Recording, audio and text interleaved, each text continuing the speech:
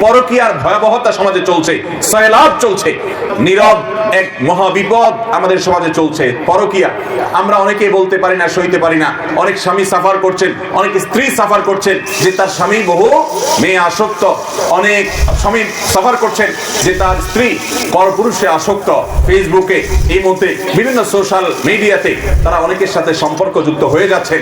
এই সবগুলো অন্যতম কারণ হলো যে আমরা বিবাহের মূল উদ্দেশ্যটা কি সেটাকে আমরা স্টাডি করতে পারি না, রপ্ত করতে পারি নাই। চরিত্রের হেফাজত করাই হলো বিয়ের উদ্দেশ্য।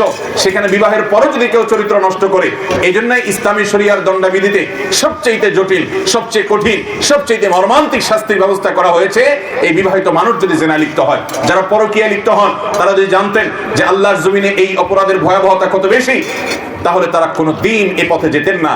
এবং তারা যদি জানতেন যে নবী করিম সাল্লাল্লাহু আলাইহি সাল্লাম প্রত্যেকটা পুরুষকে বলেছেন, তোমার স্ত্রী আল্লাহ রাব্বুল আলামিন তার মাঝে যা দিয়েছেন দুনিয়ার অন্য সমস্ত নারীদের মধ্যে তাই দেওয়া আছে, ভিন্ন কিছু নেই।